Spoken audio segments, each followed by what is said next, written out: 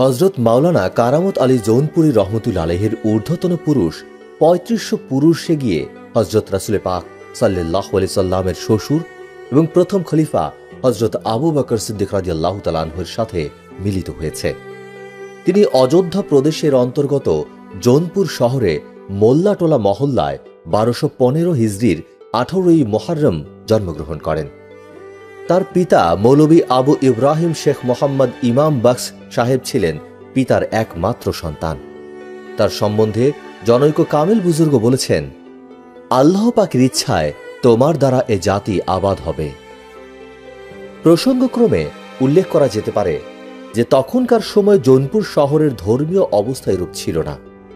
শরীয়তের অনুসরণকারী একরকম ছিল না বললেই চলে।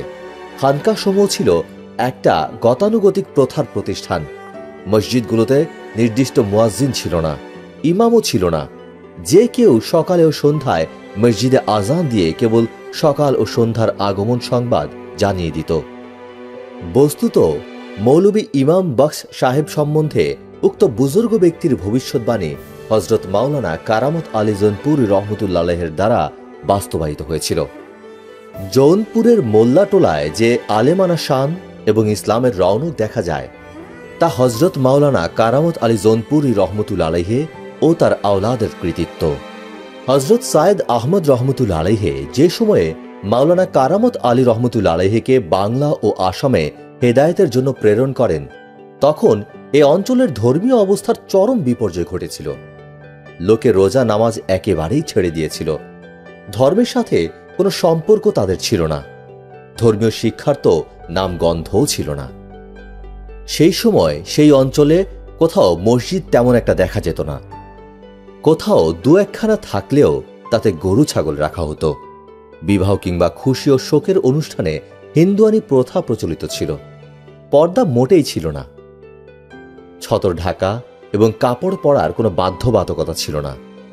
নেংটি পরাই ছিল অনেকের অভ্যাস। শুধু হিন্দুয়ানি চালচলন নয়, বরং নামগুলো পর্যন্ত হিন্দুয়ানি ছিল। সার কথা, চতুর্দিকে অজ্ঞতা ও গোমরাহির অন্ধকারই বিস্তৃত ছিল।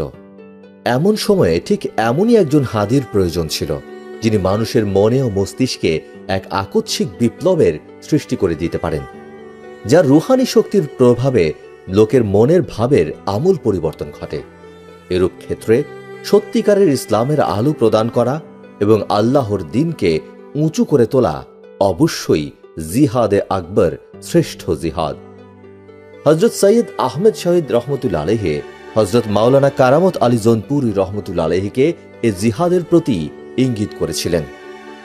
18 বছর বয়সে ইলমে দিন শিক্ষা সমাপ্ত করে হজরত মাওলানা কারামত আলী জৌনপুরী রহমতুল্লাহ আলাইহি তাবলীগের কাজ আরম্ভ করেন। জীবনের অবশিষ্ট 57 বছর সময়ই তিনি তাবলীগের কাজে নিয়োজিত থাকেন। প্রথম 6 বছরে তিনি জৌনপুর, গাজীপুর, আজমগড়, ফরজাবাদ এবং সুলতানপুর অঞ্চল সমূহের লোকদেরকে শরীয়তের পাবন্ধ করে তোলেন। স্থানে স্থানে ফরকানিয়া ও দারুসে নিজামী মাদ্রাসা কায়েম করে হেদায়েতের পথ মজবুত করে ফেলেন। এরপর বাংলা ও আসামের উদ্দেশ্যে প্রথমে কলকাতা এসে পৌঁছেন। তৎকালে রেলগাড়ির চলাচল সর্বত্র ছিল না। অধিকাংশ পথ তাকে পদব্রজে অতিক্রম করতে হয়েছিল। এ সময় কলকাতা শহরে হজরত সৈয়দ আহমেদ সাহেবের খলিফাদের মধ্যে মাওলানা হাফিজ জামাল উদ্দিন সাহেব, মুহাদ্দিস মাওলানা ওয়াজি সাহেব, মাদ্রাসা আলিয়া হেড মাওলানা কাজী আব্দুল বারী সাহেব এবং এ সিলসিলার আরও কয়েকজন বুজুর্গ অবস্থান করছেন। হজরত মাওলানা কারামত আলী জৌনপুরী রহমতুল্লাহ আলাইহির আগমনে তারা সকলেই খুব আনন্দিত হলেন। কয়েকদিন তারা কলকাতা শহরে ওয়াজ নসিহত করলেন। ফলে দলে দলে লোক ধর্মবিরোধী প্রথাসমূহ থেকে তওবা করে তাঁর হাতে বায়াত গ্রহণ করেন। এরপর তিনি এখানে এসে বাংলা ও আসাম সফরের সময়সূচি স্থির করে ফেললেন। কলকাতা শহরে অবস্থানকালে তার পুত্র হজরত মাওলানা হাফিজ আহমদ সাহেব জন্মগ্রহণ করেন। উত্তরকালে এ মহাপুরুষীয় পিতার উত্তরাধিকারিত্বের পূর্ণ হক আদায় করেছিলেন। কলকাতার কাজ শেষ করে হজরত মাওলানা বজরাযোগে পূর্ববঙ্গের দিকে যাত্রা করলেন। তার সাথে একাধিক বজরা থাকত। একটিতে জানানা, একটিতে ভ্রাম্যমান মাদ্রাসা, একটিতে খাদেম ও কর্মচারীরা, আর একটিতে হজরত মাওলানা, তার খোলাফা এবং মোলাকাতিরা। তাকে যেহেতু সর্বদা সফরে থাকতে হতো, সুতরাং কিছু সংখ্যক তালেবে ইলমকে তিনি সাথে রেখে এ ভ্রাম্যমান মাদ্রাসায় তালিম দিতেন। এ তালেবে ইলমদেরকে জাহিরি ও বাতিনি ইলম যোগ্য করে তুলে স্থানে স্থানে খলিফা করে দিতেন। এ সমস্ত বুজুর্গানের দ্বারা সে অঞ্চলের হেদায়েতের কাজ চলতে থাকত। ওই সমস্ত খলিফাদের আওলাদদেরকে দেশবাসী আজও সম্মানের চোখে দেখতে থাকে। মুরাদুল মুরিদিন গ্রন্থে হযরত মাওলানা লিখেছেন, ফকিরের সঙ্গে কয়েকখানি বজরা আছে, দৈনিক খরচ 100 টাকা। কোনো এক জায়গায় লোকে ফকিরকে দাওয়াত করে নিয়ে 10 দিন রেখেছেন। ফকিরের 1000 টাকা ব্যয় হয়ে গেছে, কিন্তু নির্বোধেরা তা উপলব্ধি করতে পারেনি, ফলে ফকির ঋণী হয়ে পড়েছে। বস্তুত হযরত মাওলানার এই কাফেলার ব্যয়ভার সর্বসাধারণের সাহায্যের উপর চলত। হযরত মাওলানা তাদের জন্য দোয়া করে বলতেন, ফকির তো হিন্দুস্তান থেকে কলকাতা, চট্টগ্রাম, সন্দ্বীপ ও ঢাকা হয়ে আসাম পর্যন্ত সফর করে থাকে। এ কাজে ফকির 50 বছরেরও বেশি সময় অতিবাহিত করে। ফকিরের কাফেলার খরচ অনেক বেশি। আল্লাহ সুবহানাহু ওয়া তাআলা ফকিরের মুরিদদেরকে বরকত দিন। আল্লাহর অনুগ্রহে তাদের মাধ্যমে সম্পূর্ণ ব্যয়ভার নির্ধারিত হয়েছে। দেশ বিদেশে সর্বত্র এ সাহায্য কাজ চালু ছিল। হযরত মাওলানা কলকাতা থেকে যাত্রা করে পথে যশোর ও বরিশালে কয়েক জায়গায় হেদায়েত করতে ইচ্ছা করলেন, কিন্তু অশিক্ষিত গোয়ার লোকেরা নামাজ রোজার পাবন্দির কথা শুনে মাওলানার প্রতি ক্ষেপে উঠল এবং তারা বজরার প্রতি ঢিল ছুটতে লাগল। মাওলানা মাল্লাদেরকে বজরা নদীর মধ্যস্থলে নিয়ে নোঙর করতে আদেশ করলেন। কিছুক্ষণ পরে সেখানকার কয়েকজন সামান্য উর্দু জানা নেতৃস্থানীয় লোক হযরত মাওলানার বজরায় এলেন। তিনি তাদেরকে নিজের উদ্দেশ্য ভালোরূপে বুঝিয়ে দিলেন। তারা স্থানীয় গ্রামবাসীদের অপরাধের ক্ষমা চেয়ে হযরতের হাতে তাওবা ও বায়াত হয়ে চলে গেলেন। তাদের দ্বারা লোকের মনোভাবের পরিবর্তন হয়ে ক্রমশ তারা হেদায়েতের পথে আসতে লাগল। এরপর লোকে স্থানে স্থানে হযরত মাওলানাকে দাওয়াত করে ওয়াজ নসিহত শুনে হেদায়েত প্রাপ্ত হতে লাগলেন। অবশেষে তিনি নোয়াখালী জেলায় পৌঁছেন। এখানকার জনগণ তাকে ভক্তি ও শ্রদ্ধার সাথে সাদরে অভ্যর্থনা জানালো। এখানে তার পীর ভাই হযরত মাওলানা ইমামউদ্দিন সুধারামী সাহেব পূর্ব থেকে অবস্থান করছিলেন। তিনি হযরত মাওলানাকে খুব সমাদরের সাথে গ্রহণ করলেন। মদিনাবাসী আনসার সম্প্রদায় হযরত রাসূল পাক সাল্লাল্লাহু আলাইহি সাল্লামকে যেভাবে গ্রহণ করেছিলেন, নোয়াখালীবাসীরা হযরত মাওলানা কারামত আলী জৌনপুরী রহমতুল্লাহ আলাইহিকে সেভাবেই গ্রহণ করল। তিনি নোয়াখালীবাসীদের আখলাক ও মেহমানদারি দেখে খুব সন্তুষ্ট হলেন এবং তাদেরকে প্রাণ ভরে দোয়া করলেন। আজ নোয়াখালী জেলায় যে দিনদারি, পরহেজগারি, মসজিদ, মাদ্রাসা ও ওলামায়ে দ্বীনের প্রাচুর্য দেখা যাচ্ছে, তা হযরত মাওলানা কারামত আলী ও মাওলানা ইমামউদ্দিন সাহেবের দোয়ার বরকত। সমস্ত বুজুর্গানের দোয়ার বরকতে সামান্য পরিমাণ লেখাপড়ায় নিজেদের আমল আখলাক দুরস্ত করে এ জেলার মুন্সিরা পূর্ব বাংলার প্রত্যেকটি জেলা এসে অজ্ঞ জনসাধারণকে কোরআন মাজিদ ও নামাজ রোজা শেখাতে সক্ষম হয়েছে। পূর্ব বাংলার প্রত্যেকটি জেলা এ কথা স্বীকার করবে যে নোয়াখালীর মুন্সিরা তাদেরকে আল্লাহর রসুলের নাম, ইসলামের কালেমা ও নামাজ রোজা শিখিয়েছেন। এ তাবলিগ প্রকৃতপক্ষে হযরত মাওলানা কারামত আলী জৌনপুরী রহমতুল্লাহ আলাইহির তাবলিগ। বাংলাদেশে তাবলিগ করার সময় একবার চট্টগ্রামে জনৈক দুর্দান্ত জমিদারের কথা তিনি শুনতে পান। সে নাকি আলেমদের শত্রু এবং বহু আলেমকে হত্যাও করেছেন। হযরত মাওলানা তার সাথে দেখা করতে চাইলে লোকেরা তাকে বারণ করল, কিন্তু তিনি কারো নিষেধ না শুনে উক্ত জমিদারের বাড়িতে গিয়ে হাজির হলেন। সেই জমিদার কখনো কাউকে বসতে বলতো না, কিন্তু হযরত মাওলানা পদার্পণ করা মাত্র সে নিজে কুরসি এগিয়ে দিয়ে তাকে বসতে অনুরোধ করল। হযরত মাওলানা আসন গ্রহণ করলে জমিদার তাঁর সাথে তাওহীদ সম্বন্ধে আলোচনা আরম্ভ করল। হযরত মাওলানা কিতাবী ও যৌক্তিক প্রমাণ দ্বারা বিষয়টি খুব সুন্দরভাবে প্রমাণ করে দিলেন। সে বলল, আমি আপনার যুক্তি ও প্রমাণ না বুঝলে আপনি কি করবেন? হযরত মাওলানা বললেন, আবার বোঝাবো। সে বলল, তবুও যদি না বুঝি? হযরত মাওলানা বললেন, আবার বোঝাবো। সে বলল, আমি যদি তবুও না বুঝি? এবার হযরত মাওলানা সেও তরবারি কোষমুক্ত করে বললেন, তবে তোমাকে এটা দ্বারা বোঝাবো।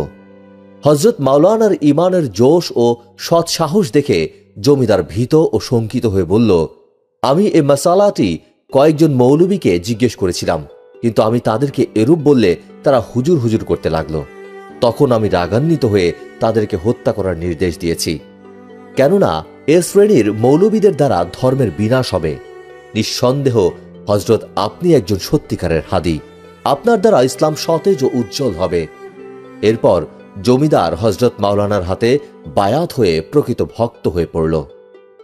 এরূপ চট্টগ্রামে মুখলেসুর রহমান নামে এক বেদাতি মৌলবীর আবির্ভাব হলে চট্টগ্রামবাসী বহু দিনদার মুসলমানকে সে বদ আকিদা ও বেঈমান করে ফেলেছে। হযরত মাওলানা চট্টগ্রামে পৌঁছে বেদাত ও শিরকির বিরুদ্ধে অভিযান আরম্ভ করলে মৌলবী মুখলেসুর রহমান ফার্সি ভাষায় 7টি প্রশ্ন লিখে হযরত মাওলানার কাছে পাঠালো।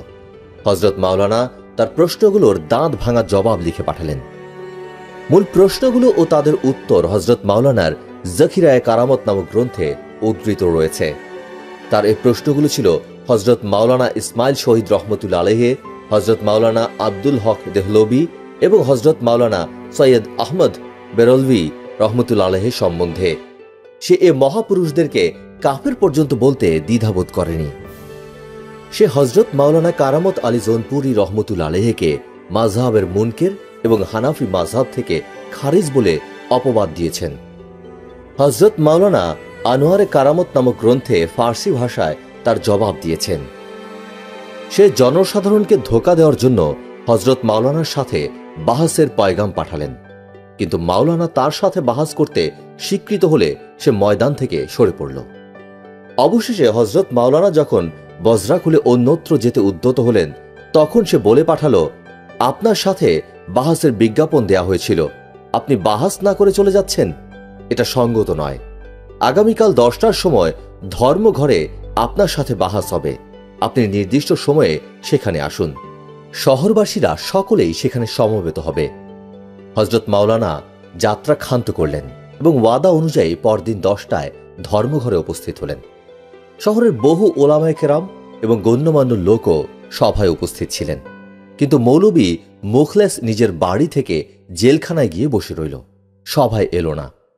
বহুক্ষণ প্রতীক্ষার পর মুন্সি ফজলুর রহমান, দারোগা করিমুল্লাহ এবং মুন্সি ফায়েজ আহমদ সাহেবরা তাকে ডেকে আনার জন্য গমন করলেন, কিন্তু কিছুতেই সে সভায় উপস্থিত হল না। সুতরাং তার ভণ্ডামি বুঝতে শহরবাসীদের কারো বাকি রইল না। এরপর তার মুরিদানেরা দলে দলে এসে হযরত মাওলানার হাতে বায়াত হল। বাংলাদেশের কোনো কোনো অঞ্চলে একদল লোক গ্রামে জুমা ও ঈদের নামাজ জায়েজ নয় বলে মত পোষণ করত।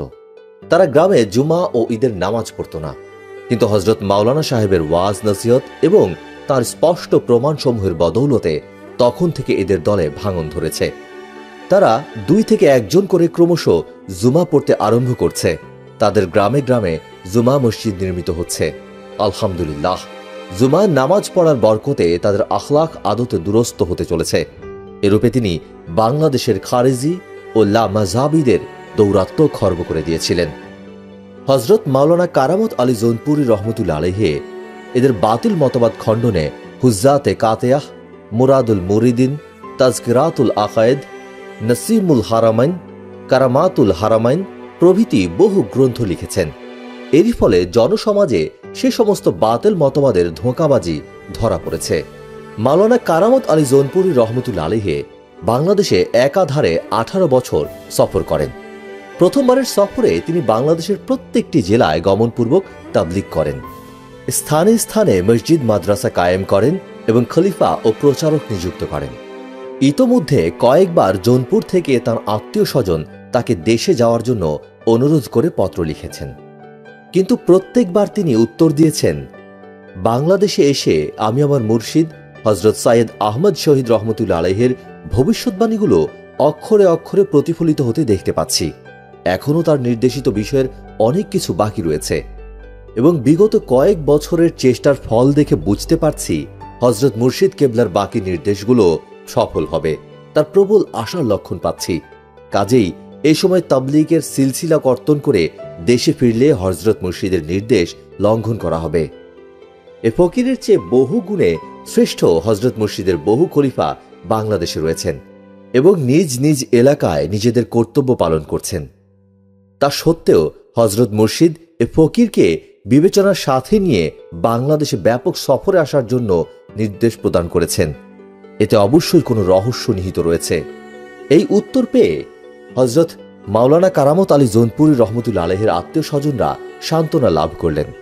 এরপর হজরত মাওলানা সাহেবের বজরা আসাম গিয়ে পৌঁছল। তখন আসামের অবস্থা এত শোচনীয় ছিল যে সেখানকার মুসলমানদের মধ্যে শরীয়ত সম্মত লেবাস তো দূরের কথা, সতর ঢাকার অভ্যাসও ছিল না। অধিকাংশ লোক উলঙ্গ ছিল, কিছু সংখ্যক লোক অবশ্য লেংটি পরত। হজরত মাওলানা কারামত আলী জৌনপুরী রহমতুল্লাহ আলাইহি মানুষকে ডেকে এনে সতর ঢাকার জন্য একখানা করে কাপড় আর প্রত্যেককে একটা করে টুপি দিতে লাগলেন। এতে তারা হজরত মাওলানার প্রতি ক্রমশ আকৃষ্ট হয়ে পড়ে। হজরত মাওলানা তারপর ঢাকা থেকে লোক মারফত 4000 লুঙ্গি এবং কয়েক হাজার গজ থান কাপড় আনয়ন করে এবং লোকদের মধ্যে তা বিতরণ করে দেন। এরূপে তারা কাপড় পরতে অভ্যস্ত হতে থাকে। জনৈক ইংরেজ লেখক এ সম্বন্ধে লিখেছেন, মাওলানা কারামত আলী জৌনপুরী রহমতুল্লাহ আলাইহি বাংলা ও আসামের মানুষকে শুধু মুসলমান করেননি, বরং তাদেরকে কাপড় পরা শিখিয়ে অমুসলমানদেরকেও মানুষ করেছেন। এখন অমুসলিমরাও নিজেকে আদম সন্তান বলে পরিচয় দেওয়ার উপযুক্ত হয়েছে। বস্তুত তার আদর্শ চরিত্র এবং একনিষ্ঠ নসিহতের ফলে বহু অমুসলিমও ইসলাম গ্রহণ করেছেন। সমগ্র বাংলাদেশে এবং আসামের নিম্নাঞ্চলের মুসলিম সংখ্যাগরিষ্ঠতা হজরত মাওলানা কারামত আলী জৌনপুরী রহমতুল্লাহ আলাইহির অক্লান্ত তাবলীগের ফল বলতে হবে। অনন্তর তিনি পূর্ণ 18 বছর পরে বজরাযোগে সপরিবারে জৌনপুর প্রত্যাগমন করেন। তার পিতা মৌলভী আবু ইব্রাহিম শেখ ইমাম বখশ সাহেব তখনও পূর্ণ কর্মক্ষমতা নিয়ে জীবিত আছেন। হজরত মাওলানার প্রত্যাগমন সংবাদে চতুর্দিক থেকে মুরিদরা এসে বিরাট জনসমাবেশের সৃষ্টি করল। জৌনপুরে থাকাকালে তিনি আজমগড়, গাজীপুর, ফয়জাবাদ, সুলতানপুর প্রভৃতি জেলায় সফর করে তাবলীগের কাজ করেন। এবারের বাংলা ও আসাম সফরের ন্যায় আরও 3-4 বার দীর্ঘ সময়ের জন্য সপরিবারে বাংলা ও আসাম সফর করেছিলেন। সর্বশেষ সফরকালে বাংলাদেশের সমস্ত জেলাগুলো সফরের পর 1290 হিজরি সালে রংপুরে উপনীত হলেন। তখন সেখানকার জনৈক বদ্দিন বেদাতি লোকের সাথে তার বিরোধ আরম্ভ হয়। বিরোধ চরমে পৌঁছলে বাহাস করার সিদ্ধান্ত হয় এবং তারিখ ও স্থান নির্দিষ্ট হয়। ঘটনাক্রমে বাহাসের তারিখের পূর্বদিন হজরত মাওলানা জ্বরে আক্রান্ত হয়ে দুর্বল হয়ে পড়েন। তার ভ্রাতুষ্পুত্র ও জামাতা মৌলভী মুসলেহুদ্দিন আহমদ সাহেব তার সাথে ছিলেন। তিনি ইলমে দ্বীনের তাহসিল তখনও সমাপ্ত করেননি। বাহাসের দিন সকালে হজরত মাওলানা তাকে ডেকে বললেন, আজ বাহাসের দিন, আমি যেতে অক্ষম। তুমি অমুক অমুক গ্রন্থের এত এত পৃষ্ঠা বের করো। খোলাসা বিষয়বস্তুগুলো আমার মুখে শুনে এবং গ্রন্থ দেখে বুঝে নাও। এরপর মজলিসে গিয়ে বাহাস করে আসো। তিনি বললেন, হজরত, আমি এখনো শিক্ষার্থী, বাহাস করা কি আমার দ্বারা সম্ভব হবে? হজরত মাওলানা বললেন, হ্যাঁ হবে, আমি আদেশ করছি তুমি যাও, তোমার প্রতি আল্লাহ তাআলার সাহায্য হবে। এ আদেশ পেয়ে মৌলভী মুসলেউদ্দিন আহমদ সাহেব বাহাসের স্থানে গিয়ে হজরত মাওলানার অসুস্থতার সংবাদ এবং তাঁকে তার স্থলবর্তী করে পাঠানোর কথা জানালেন। যথাসময়ে বাহাস আরম্ভ হলে কোনো প্রশ্নের উত্তরের জন্য মৌলভী সাহেবকে ইতস্তত করতে হল না। হজরত মাওলানা যেরূপ শিখিয়ে ও বুঝিয়ে দিয়েছিলেন ঠিক তদনুরূপ উত্তর দিয়ে যেতে লাগলেন। শেষ পর্যন্ত বাহাসে জয়লাভ করে তিনি ফিরে এলেন। হজরত মাওলানার রোগ ক্রমশ বেড়ে চলল। লক্ষণে বোঝা যেতে লাগলো যে হজরত মাওলানা এ নশ্বর দুনিয়া ত্যাগ করে অবিনশ্বর জগতের দিকে চলে যাবেন।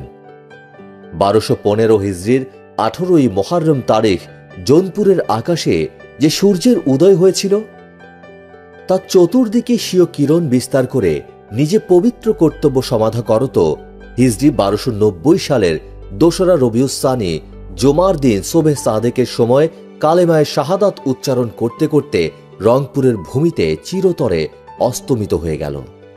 ইন্না লিল্লাহি ওয়া ইন্না ইলাইহি রাজিউন।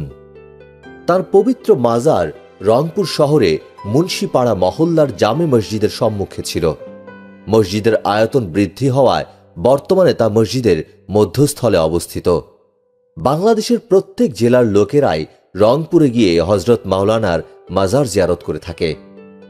তার ইন্তেকালের 1 মাস পর তার বিবি হজরত মাওলানা আব্দুল আউয়াল সাহেবের মাতা রংপুরেই ইন্তেকাল করেন। তিনি হজরত মাওলানার পাশে সমাহিত হন। ইন্তেকালের সময় তার সন্তানগণ সকলেই নিকটে ছিলেন। অতঃপর মাওলানা মুসলেহ উদ্দিন সাহেব তাদেরকে জৌনপুরে নিয়ে যান। ইন্তেকালের সময় হজরত মাওলানার বয়স ছিল ৭৫ বছর। তার কর্মজীবনে তিনি তাবলীগ এবং হেদায়েত কার্য ছাড়াও শিক্ষকতা এবং গ্রন্থ রচনা ও সংকলনের কাজ করেছেন। তার প্রকৃতির মধ্যে ইসলামী জোশ পূর্ণ মাত্রায় বিদ্যমান ছিল। তিনি হজরত ইমাম আবু হানিফা রহমতুল্লাহ আলাইহির মোকাল্লেদ তথা অনুসারী ছিলেন। তাহাজ্জুদের নামাজ থেকে ফজরের নামাজ পর্যন্ত জিকির আজগারে মশগুল থাকতেন। ফজরের নামাজের পর ইশরাক পর্যন্ত মুরিদান সহ মুরাকাবা করতেন। এরপর তালেবে ইলমদেরকে ইলমে কিরাত শিক্ষা দিতেন। তারপর নাশতা করে গ্রন্থ রচনার কাজে মশগুল হতেন। দ্বীপ প্রহরে আহারের পর কিছুক্ষণ শয্যা গ্রহণ করতেন। এশার নামাজের পরে পুনরায় গ্রন্থ রচনার কাজ করতেন। রাতে তিনি খুব কম ঘুমাতেন। অল্প সময় বিশ্রাম করে আবার তাহাজ্জুদের জন্য উঠে পড়তেন। প্রত্যেক মুমিন লোক যে পর্যন্ত নিজের সমস্ত ব্যাপারে ও কাজ কারবারে শরীয়তে মুহাম্মাদের দিকে রুজু না করবে এবং সমস্ত ব্যাপারে রাসূল পাক সাল্লাল্লাহু আলাইহি সাল্লামকে হাকিম নিযুক্ত না করে এবং ওই সমস্ত ব্যাপারে শরীয়তের মীমাংসাকে অন্তরের সাথে কবুল না করে, সে পর্যন্ত সে মুমিন নামের যোগ্য হবে না।